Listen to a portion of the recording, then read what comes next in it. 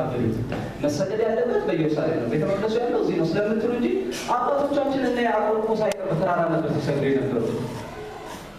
እንደው አንተ ምን ትላለህ ስትለው ነው እግዚአብሔር በእውነትና በመንፈስ ሊሰግዱለት ይፈልጋል ብሎ ይነግራል።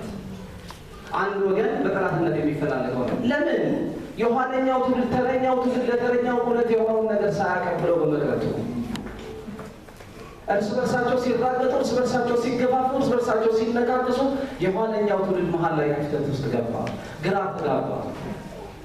እግዚአብሔርን የሚያውቅ ትውልድ ሳይሆን ከዛ በኋላ የተነሳው እግዚአብሔርን የማይከተል ትውልድ ተነሳ። እነዛ ለመንግስት ካህናት ትሆናላቸው የተባሉ እስራኤሎች ለራሳቸው የማይሆኑ ህዝቦች ሆኑ። የኋላ ኋላ ላይ ለምርኮ አልፎ የተሰጡ ለአሕዛብ መሳለቂያና መሳቂያ የሆኑ ህዝቦች ሆኑ።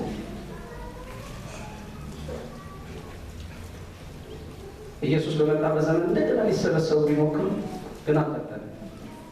አሁን እስራኤል ተብላ የምትጠራው አገር ደግማ ለመመስረት እስከ 1948 ዓመተ ምህረት ድረስ መቆየት ነበረባቸው። የዛሬ 60 ዓመት ድረስ ተበትነው ነው። ለምን መሳቂያና መሳለቂያ ሆኑ? ከትውልድ ወደ ትውልድ የሚሸጋገር የአባቶቻቸው እውነት የአብርሃም አምላክ ስርዓት መከተል ስላልቻሉ። ተረኛው ትውልድ ደግሞ እኛለን በክርስቶስ ዳግም የተወለደ። ክብር ለኢየሱስ ይሁን። ማነህ ባለተራ ይላል እግዚአብሔር። ማነህ ባላደራ? ማነው ባላደራ ለክርስቶስ የጨከነ እንደ ገዛ ምኞቱ የሚነገረው መስማት የማይፈልግ የእግዚአብሔር እውነት ብቻ የሚፈልግ ማነው ባላደራ? ማነው ለሕይወት የሚተጋ? ማነው ከኋለኛው ትውልድ አንጻር ነገ ትውልዳችን ወዴት እየሄደ ነው ብሎ የሚያስብ ማነው ባላደራ? እግዚአብሔር በሰጠኝ ጥበብና ጉልበት የራሴን እንጀራ እበላለሁ። እግዚአብሔር በፈጠረልኝ አቅም ሰርቼ እበላለሁ። ያንተን ስራ ግን አስወጣለሁ የሚል ማነው ባላደራ? እግዚአብሔርን መከተል ከእንጀራ የዘለለ አስተሳሰብ ያለው ከእንጀራ ያለፈ ህልም ያለው ማነው ባላደራ? ማነው ባላደራስ? እኔ ነኝ ባላደራ የሚል ማን ነው? ለሚቀጥሉት ጊዜያቶች እናያቸዋለን እያለ እንዴ ለመሆኑ መጽሐፍ ቅዱሳዊ የባላደራነት ትምህርት ምንድን ነው እያየናቸው እንሄዳለን። ወገኖች ሆይ እግዚአብሔር ሕያው ነው። አሜን። እግዚአብሔር ምንድን ነው? ሕያው። ለአንዳንዶቻችን እግዚአብሔር በብልሃት የተፈጠረ ሳይመስለን አይቀርም። በአንደበተ ርቱዓን የተነገረን እንጂ ያለ የማይመስለን በጣም ብዙዎች ነው። እግዚአብሔር አለው የሚል ድምፅ ካላሰማን በለመድነው የትንቢት መገለጥ እግዚአብሔር የማያየን የሚመስለን በጣም ብዙ ነን። ወገኖቹ የእግዚአብሔር ስርዓት እሱ አይደለም። ያለፈ አጀንዳ አለው እግዚአብሔር። የዘለለ አጀንዳ አለው እግዚአብሔር። ግን ማን ነው ባላደራ? ትውልድ የሚሸከምልኝ ማን ነው ባላደራ ይላል። ይሄ ባላደራ ይልቅ ሰባኪ መሆን የለበትም።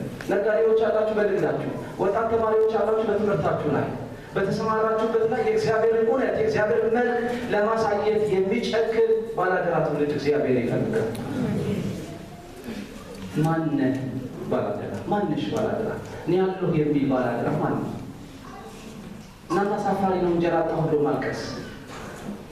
ልትገባው በጣም ነው የሚያሳፍረው። ከሁላችሁ ይልቅ በመራብ እንደምበልጣችሁ አስባለሁ። በጣም ብዙ ቀናቶች ሳልበላ ኖሬ ስለማውቅ ጠግቦ ነው ብላችሁ እንዳታውቁ። በብዙ መከራ በማለት እበልጣችኋለሁ ብዬ አስባለሁ። ማውራት አያስፈልገኝ፣ ግን እበልጣለሁ ብዬ ግን አስባለሁ። ከሞት አፋፍ ላይ ከአንድም 6 ጊዜ እንደሞት ካውቃለሁ፣ ወይም ለሞትባቸው ከሚችል ነገር እግዚአብሔር እንደታደገኝ ያውቃለሁ። አይ መከራ ስለማያውቅ ነው እንዳትሉ፣ የማመልከውን አውቀዋል። ክብር ለማን ይሁን? የማመልከውን አውቀዋል። አንዳንዴ እንዲህ ይሉኛል ወገኖች፣ ምህረት ይደረግልኝ ስለዚህኛው ንግግር ግን ትምህርቱ ላይ ይገባል። ለምን የራስን ሚኒስትር አትከፍትም? ጥሩ እኮ ለምናምን ትንሽ ነገር አለ ይሉኛል። እንዲህ እላቸዋለሁ፣ ወይኔ ትቼ እላቸዋለሁ። ክብር ለኢየሱስ። ምን ትቼ ምክንያቱም ዛፎች ተሰበሰቡና እንዲህ አሉት፣ ወይንን መጥተው በእናትህ እኛ ላይ ንገስብን አሉት። ወይንን ሰጠኝ ትቼ አላቸው። ልክ እናንተ ላይ መውጣት ሲጀምር እኮ የወይን ፍሬነቴን አቆማል አላቸው። ምንነቴን አቆማል? ስለዚህ እግዚአብሔር የሰጠኝን ጣፋጭነት ትቼ እናንተ ላይ መስፈፍ አልፈልግም አላቸው። ወይራ መጡና ወይራ ንገስብን አሉት። እናንተ ላይ አላቸው። ነገስታት ሰዎችን የሚቀቡበት ቅባት ትቼ ደግሞ እናንተ ላይ መስፈፍ እንዲ አላቸው። አልፈልግም አላቸው። በለስ እኛ ላይ ንገስ አላቸው። ጣፋጭነት ትቼ አላቸው። ሰው የሚደሰበት ጣፋጭ እናንተ ላይ ሲወጣ ጣፋጭነቴን ነው ማለት አላቸው። ስለዚህ በለስን በሚፈለግበት ቦታ ገብቶታል። ክብር ለኢየሱስ ይሁን። ወይን በሚፈለግበት ቦታ ላይ ገብቶታል። ወይራ የሚፈለግበት ቦታ ላይ ገብቶታል። ክብር ለኢየሱስ ይሁን። በገባቸውና በተፈጠሩበት ቦታ ላይ ሆኖ ግን የአምላካቸውን የእግዚአብሔር እውነት ያስተላልፋሉ። የእግዚአብሔርን የሰጣቸውን ተልእኮ ይፈጽማሉ። ኢየሱስ ለዘላለም ጌታ ነው። ይሄ ትውልድ እግዚአብሔርን ማሳየት ለምን ግራ ተጋባ? መንሳፈፍ ብቻ ስለሚመስለው እንዴት መንሳፈፍ? ግን አንድ ምሳሌ ልናገርና ወደዚህኛው ሀሳብ ይመለስ። በጣም ከምወዳቸው በጣም ብዙ ለክርስትና ምስክር የሆኑ ምልክቶች ያደረኳቸው በጣም ብዙ ወጣት ቅዱሳን አውቃለሁ። በሕይወቴ ከማረሳቸው መካከል ግን አማን ብዬ የምጠራው ጓደኛዬ ነው። አማን ብዬ እጠራዋለሁ ሁሌ። አማኑኤል ነው ስሙ፣ ግን አማን ነው ይባላል። እግዚአብሔር ምን ያህል ታዳጊ አምላክ እንደሆነ ያየሁበት ምስክር ነው። እንግዲህ መንፈስ ቅዱስን እንደ ሰው እያዋሩ ይሄዳሉ ብዬ ከማውቃቸው ጓደኞች መካከል አንዱ እሱ ነው።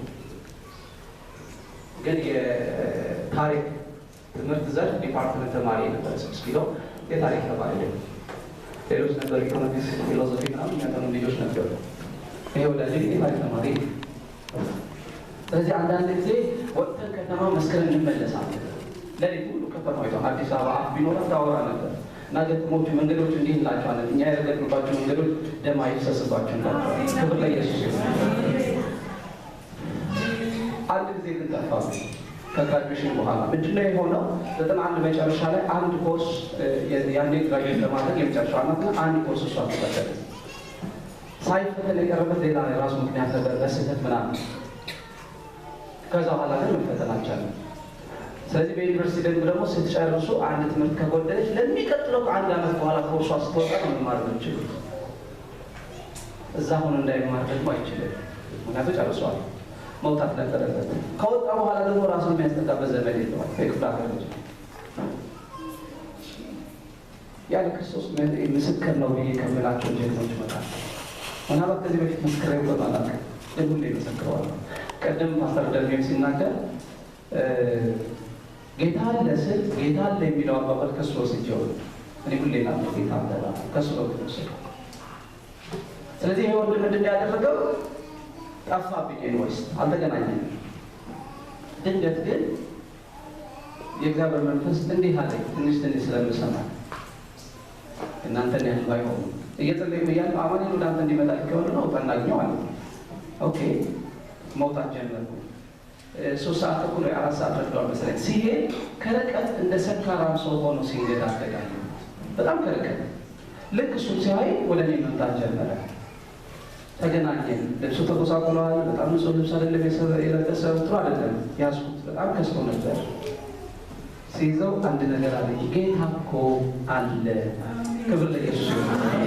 ልክ እንደሱ ሲለኝ አዎ አለ አልኩት። አልገባህም? ጌታ አለ ነው ያልኩህ አለ። እኮ አዎ አለ አልኩት። አልገባህም? ጌታ አለ ነው የሚልህ አለ። ለሶስተኛ ጊዜ በጣም ስላበሸቀኝ ነገሩ ስላለማ ነው ላገኝ የወጣሁት አልኩት። ምን አለ? ሂድ ውጣ እናንተ ልኬዋለሁ ብሎ የመጣው ምንድን ነው ያውቀው አልኩት። ልክ እንደሱ ለነገር ስንት ሰዓት ላይ ደርሷል አለ። ልምድ አለ፣ ደቂቃም ሴኮንድ እንደሚይዝ ያውቃል። ልክ እግዚአብሔር ነገር ሲናገር ስሰማው ሴኮንድ ሳይቀር ነው የሚመዘገበው። ስንት ሰዓት ላይ በዚህኛው ደቂቃ በዚህኛው ላይ ልክ ሲናገር የሰማው ከዛ በኋላ ነው የወጣሁት አልኩት። በዛ ሰዓት ላይ እዚህ ድረስ ከመጣ በኋላ ልመለስ አስቧል እና መጣ ሀሳቡኝ እያመለጣሁ ነው። ከርቀት ሳይ መምጣት ጀመርኩታል እንጂ ልመለስ ነበር። ለምንድን ነው የማገኘው ብዬ ልመለስ ነበር። ተያይዘን ቤት ገባ። ሰውነት በጣም ተቆሳቁሏል። ብዙ ቀን ምግብ አልበላ።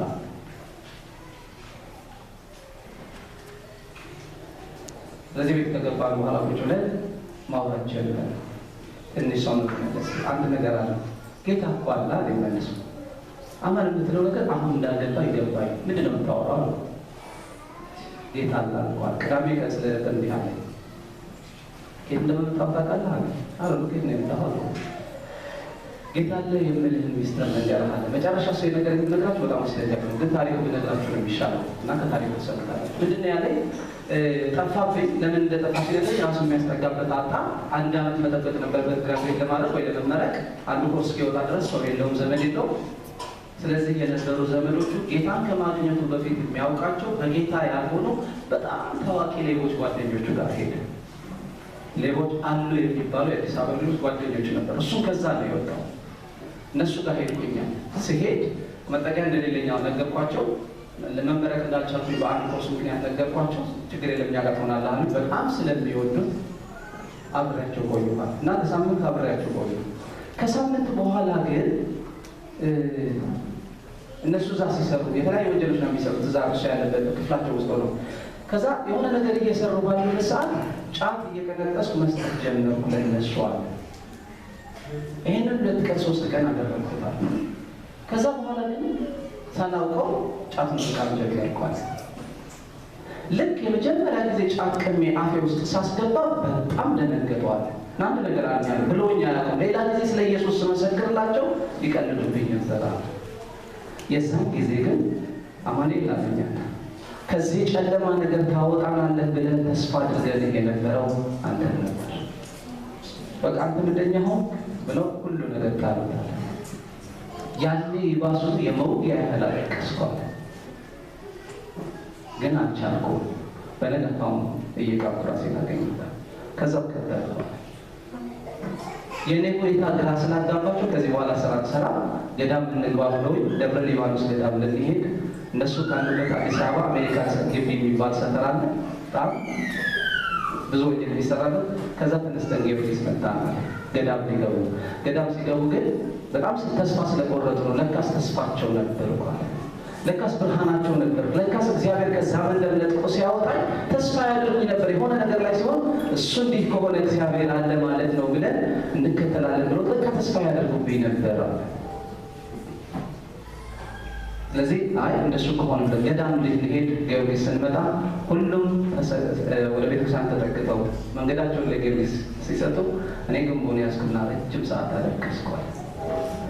ምንና ምን ማለት እንዳለብኝ አላውቅም ነበር። ይሄ ወንድም ስለ ክርስቶስ ለመራቡን የመሰከርለታል። ለእነደም ነግሬያቸዋለሁ። አብሮኝ ቦምቦሊ መጠብሰል ይሸጠናል። ወደ አናት ልጆች ወንጌል ለመመስከርልን ሳንቲም ስለሌለ ቦምቦሊ ነው የቸርች በራፍ ላይ እየሸጥን ጠብሰናል። ይሄ ወንድም ነው እንደዚህ የሚሆነው። ስለዚህ ልክ ከጨረሱ በኋላ ምን ሀሳባቸው እንዳስቀየራቸው አላወቁም ማለት ነው። የቦታ ስም ላለመጥቀስ ካሜራው እየተቀረጸ ስለሆነ ለምን ገዳም እንገባለን አሉ። ታዲያ ምን እናደርግ ተባባሉ። እርስ በርሳቸው ሲመካከሉ ለምን እንትን ከተማ ላይ ታዋቂ ጠንቋይ አለ፣ እኛ ፎርጅን እንሰራላቸው እንትና የሚባሉ ባለሀብቶች እሱ ጋር ሄዱ እንሂድና ዕቃ ክፍላችን ይንገረን ብለን አላቸው። ልክ እንደ ሰው አሪፍ ነው ተብለው ሲስማሙ አንተ ሲሉኝ እኔም እሄዳለሁ አልኳቸው። እኔ አሁን እሄዳለሁ ያልኳቸው ሰይጣን ሲያገኘኝ ምን እንደሚለኝ መስማት ፈለግኩ እና ሳስብ የነበረው ድሮም እኮ የኔ ንብረት ነበር፣ እንደው ስትቀሸቀሽ ነው የሄድከው ነው የሚለኝ ወይስ ምንድን ነው የሚለኝ? ከዛ በኋላ ሰይጣን የሚለኝ እንሰማለሁ። ከዛ በኋላ ራሴን አጠፋለሁ ብዬ ወሰንኳል። ግን አልነገርኳቸውም። ስለዚህ ወደ ተባለው ከተማ መሄድ ነበረባቸው ትራንስፖርት። እዛ ከተማ ላይ ደረሱ። ንጋት ላይ ነው። እንደደረሱ ግን ልክ ሜዳማ አካባቢ የሚደርሱበት አካባቢ ሲደርሱ 2 ሰዎች እየሮጡ ወደኛ መጡና እንዲህ አሉናል፣ ጌቶች እንዳትመጡ ብለዋቸዋል አሉናል። ክብር ለኢየሱስ። እና እነዚህ ደግሞ የታወቁ የመርካቶ አመፀኞች ስለሆነ ገፈታተሯቸው። እነዚያው በለናላቸው ሄዱ። እነዚህን ከገፈታተርናቸው በኋላ ሌላ ሰው ደግሞ ዱላ ይዞ እየሮጠ መጣና እንዲህ አለ፣ ጌቶች እንዳትመጡ ብለዋቸዋል አለ። አሁንም አላስተዋልንም። ገፈታትረናቸው ሄደናል። አሁን 3ኛቸው እሱ ነው።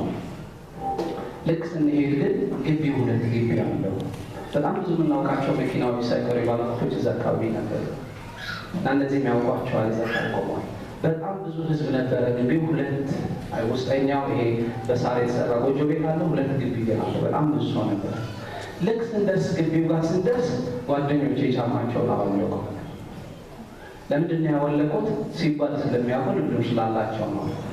እኔ ግን ከነጫማ የገባኋል። ከነጫማ የገባሁት እንድቀሰፍና እንድሞት ስለፈለግኩ ነው። በቃ መሞት ነው የምፈልገው።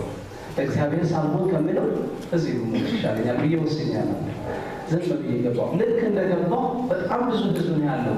ድንገት መንፈሱ ሳይገባ ነበር የቆየው። በጣም አቧራ እና ጮኸ። ሳር ቤት ውስጥ ነው ያለው። ስለዚህ በጣም ከጮኸ በኋላ ህዝቡ ሁሉ ደነገጠ። የባለ መንፈሱ አስተርጓሚ እንዲህ አለ፣ መንፈሱ እንደተቆጣ ህዝቡ ሁሉ ተናገረ። ህዝቡም ተደፍቶ ይቅርታ መጠየቅ ጀመረ። ስለምን እንደሆነ ግን የሚታወቅ ነገር አልነበረም። ከዛ ጓደኞችም ደነገጡ፣ ሁሉም ተደፋ። እኔ ብቻ ቆሜ ቀረሁ አለ። ለምን እንደቆምኩ አልገባኝም አለ። ጓደኞቼ ግን ለመስገድ አቀረቀሩ። ከዛ በኋላ ባለ መንፈሱ እንዲህ አለ፣ አማኑኤል የምታመልከው ጌታ አንተ ብትተውም ሳይተው ከነ ሰራዊቱ ስለመጣብን እባክህ ልናልቀው።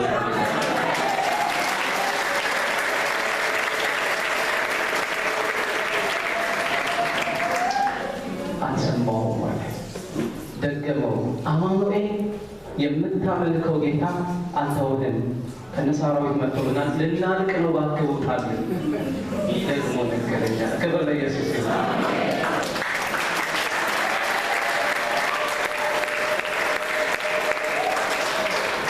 ሶስተኛ አስወጥቶ ይሄኛው ሰው ብሎ በታላቅ ቁጣ ተናገራለ። ህዝቡ ሁሉ እንደ ጨርቅ ወረወሩ ብቻ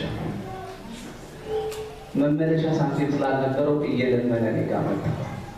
ስለዚህ ሰውነቱ ልቅልቅ ብሎ እኔ ጋር የመጣው ለዚህ ነበርና ጌታ እንዴት እንዳገኘው ታውቃለህ? ወደ ሲኦል ብሄድ አንተ በዚያው አለ ተብሎ የተጻፈው ገባኝ። ጠንቋይ ቤትም ሲሄድ ኢየሱስ በዛ ቀኝ ይስታል። ክብር ለኢየሱስ ይሁን።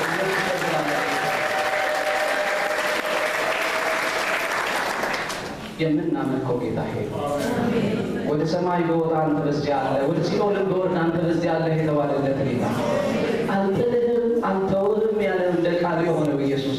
ክብር ለኢየሱስ ይሁን። ለዚህ ነው ጌታ እኮ አለ ካለኝ በኋላ ግን የት እንዳገኘው ታውቃለህ አለ። ጠንቋይ ቤት ብቻ እኮ ነው፣ በጠንቋይ ነው እኮ ኢየሱስ የነገረኝ።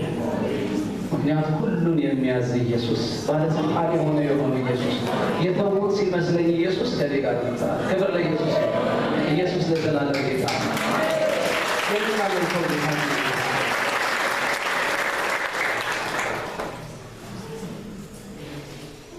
ወገኖች ሆይ እንግዲያውስ ማን ባላደራ ስል ለከስ በእኛ ምክንያት ብዙዎች ወደ ጌታ ለመምጣትና ለመምጣት ምክንያታቸው ነው። እግዚአብሔር ግን ህዝቡን አይተው። እግዚአብሔር ህዝቡን ምን አይነት እግዚአብሔር ግን ህዝቡን ምን አይነት እንግዲያውስ ከጳውሎስን ከጢሞቴዎስም ልናያቸው የሞከርናቸው ሁለቱ ናቸው። አሜን። ከዳዊትም ከጳውሎስም ዳዊትም ለልጁ አደራ ነው። ጢሞቴዎስም ጳውሎስም ለጢሞቴዎስ አደራ ነው። ተረኛው ሰለሞን አደራውን ባለመወጣት ምክንያት ታላቂቷ እስራኤል ተደበላለቀች። ምርጥ የተባለ ህዝብ መሳቂያና መሳለቂያ ሆነ። በነህምያ ዘመን እንኳን ኢየሩሳሌም እንዴት ናት አላቸው። ኢራን ውስጥ ተቀምጠው ኢራን ውስጥ ነው ያለው። ሱሳ በምትባል ከተማ ውስጥ ያለበት አሁን ኢራን ብለን በምንጠራት ቦታ ላይ ነው። ነህምያ እስቲ የኢየሩሳሌም ወሬ ንገሩኝ፣ እንዴት ናት ኢየሩሳሌም ብዬ ጠየቅኳቸዋል። ሐናንያ ግን እንዲህ አለለት፣ ምንም አልመሰለው። አይገርምም? ኢየሩሳሌም እኮ መሳቂያና መሳለቂያ ሆነች። ብዙ ህዝብ ተማርኳል፣ ከተማይቱ ትፈርሳለች፣ በዚያ ያሉት ቅሬታዎች ደግሞ መጫወቻ ሆነዋል። ባላደራው ነህምያ ግን አልቀሰም። ለሐናንያ ወሬ ነው፣ ለነህምያ ግን አስለቃሽ ነገር ነው። ለምን? እየተጠቁ ያሉት ወገኖቹ ናቸውና። የኪዳን ህዝቦች ናቸው መሳቂያ የሆኑት። የኪዳን ህዝቦች ናቸው መሳለቂያ የሆኑት። በጨለማ ላይ ብርሃን ይሆናሉ የተባሉ ህዝቦች ናቸው መጫወቻ የሆኑት። ለምን? ተረኛው ትውልድ ለቀጣዩ ትውልድ ማስተላለፍ ያለበትን ነገር ሳያስተላልፍ በመቅረት። ወገኖች ወይ እግዚአብሔር ማን ባላደራ ይላል? ማን ነው ባላደራ? ዘመን ተሻጋሪ ህልም ያለው ማን ነው ባላደራ? ዘመን ተሻግሮ ሊያይ የሚችል ህልም ያለው ራዕይ ያለው ማን ነው ባላደራ? ከምትጠፋ ከዚህ ምናምን ነገር የዘለለ ህልም ያለው ማን ነው ባላደራ? ወገኖች ሆይ እግዚአብሔር ሁሉ ነገር ሰጥቶናል። ሁሉን እንዴት እንደሰጠን ስለምንማረው ግን እግዚአብሔር ልብ ይፈልጋል። እንካ ልቤን የሚል ትውልድ ይፈልጋል። ስራብኝ እፈቅዳለሁ የሚል ይፈልጋል። ተረኛው ጳውሎስ ግን ተመልከቱት። ለጢሞቴዎስ አደራ በእኔ በእስረኛው እንዳታፍርብኝ፣ በሚደርስብኝ መከራ እንዳታፍርብኝ። ስለ እውነት ነው መከራ የሚቀበለው። ይህንን ካለ በኋላ አንድ ነገር አለ። ፈጥነህ ግን ቶሎ በብራና የተጻፉት መጽሐፍቶችን ግን አምጣልኝ፣ ከቻልኩ ላንብባቸው እስክሞት ድረስ አለ። ኢየሱስ ለዘላለም ጌታ ነው። ጎርፍ ሳይመጣብህ ክረምቱ ሳይደርስ ቶሎ ብለህ ይዘህልኝ ና። ምክንያቱም ከክረምቱ በፊት መድረስ ካልቻልክ ውሃ ይዘሃል፣ ዝናብ ይዘሃል፣ መሻገር አትችልም፣ ትቆይብኛለህ። ከቆየብኝ